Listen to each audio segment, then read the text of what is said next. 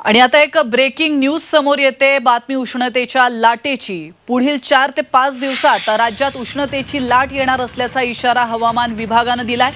या दिवसांमध्ये हवामान कोरडं राहील। विदर्भात तुरळक ठिकाणी पावसाचा अंदाज देखील वर्तवला गेलाय।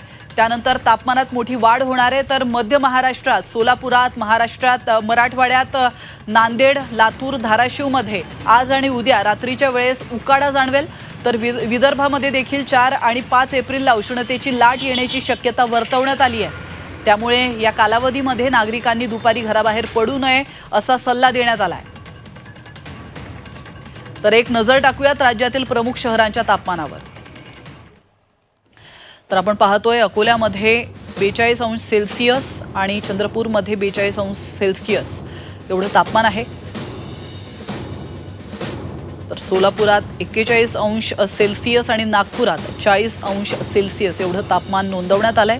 तर नाशिकमध्ये देखील 40 अंश सेल्सियस आणि पुण्यामध्ये देखील 40 अंश सेल्सियस तापमानाची नोंद झाली आहे। तर संभाजीनगरमध्ये 39 आणि कोल्हापुरात देखील 39 अंश सेल्सियस तापमानाची नोंद करण्यात आली आहे। तर मुंबईमध्ये 33 अंश सेल्सियस तापमानाची नोंद हवामान विभागाकडून करण्यात आली आहे।